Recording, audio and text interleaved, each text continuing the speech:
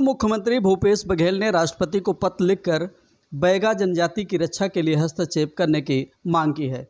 बघेल ने लिखा है कि बड़े आहत मन से मैं आपका ध्यान छत्तीसगढ़ की संरक्षित अनुसूचित जनजाति और बैगा जनजाति, जिन्हें महामहिम राष्ट्रपति का दत्तक पुत्र भी कहा जाता है, जिसको भारत के राष्ट्रपति द्वारा विशेष संरक्षण प्रदान किया गया है।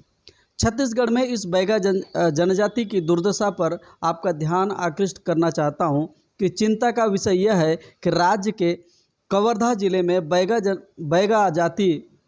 बैगा जनजाति मलेरिया और डायरिया जैसी बीमारियों की चपेट में है, जिसके कारण सोनवाही गांव ग्राम पंचायत झलमला पोस्ट चिल्फी तहसील बोडला में 7 लोगों की मौत हो गई है।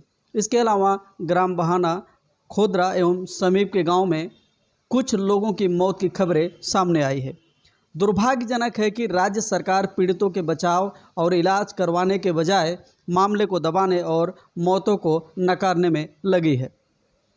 राज्य सरकार की अकर्मण्यता के कारण बैगा संरक्षित जनजाति के जीवन के ऊपर गंभीर खतरा मंडरा रहा है। मैं स्वयं प्रभावित क्षेत्रों में 13 जुलाई को गया था। वहां पर मलेरिया से बचने के लिए लोगों को मच्छरदानी तक राज्य सरकार का उपलब्ध नहीं करवा पा रही है। देखिए, कवर्धा में हमारे जो प्रिमिटिव ट्राइब्स है, जो राष्ट्रपति के दत्तक पुत्र कहलाता है, तो वो उल्टी दस्त से लोगों की मौत हो रही है। मलेरिया से लोग पीड़ित हैं।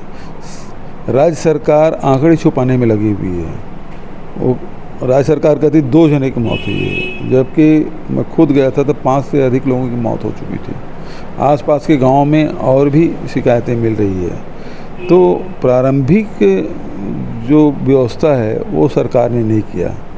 यदि डॉक्टर और दवाई समय पे मिल जाता तो इतने लोगों की मौत नहीं होती। एक तो बहुत दर्दनाक स्थिति कि एक नवजात शिशु है, उसकी माँ की डेथ हो गई और वो बच्चा है वो बाप की गोद में है, लेकिन डॉक्टर उसका कोई इलाज नहीं कर रहे हैं, उसको उसी हालत में छोड़ दिए। तो जो बैगा जो जनजाति है उसके साथ राज्य सरकार की इस प्रकार से उपेक्षापूर्ण व्यवहार बेहद निंदनीय है। और ऐसे में और ज़्यादा तकलीफ़ होती है जब प्रदेश का मुख्यमंत्री आदिवासी है, तो ये तो और भी ज़्यादा गंभीर मामला है। इसलिए कि राज्य सरकार ध्यान नहीं दे रही है। ये ट्राइब्स नहीं, प्रिमिटिव ट्राइब्स मतलब जो अत्यंत पिछड़ी जो जनजाति है उसमें भारत सरकार ने इनको शामिल किया है और ये राष्ट्रपति के दत्तक पुत्र कहलाते। तो राज्य सरकार यदि ध्यान नहीं दे रही तो फिर राष्ट्रपति के पास भेजें कि भाई देखिए कि आपने इसको संरक्षित किया है और लगातार इनकी सब जनसंख्या कम होती जा रही है, तो ऐसे में उनके स्वास्थ्य के क्षेत्र में लापरवाही जो है और उसके कारण से मौतें हो रही है।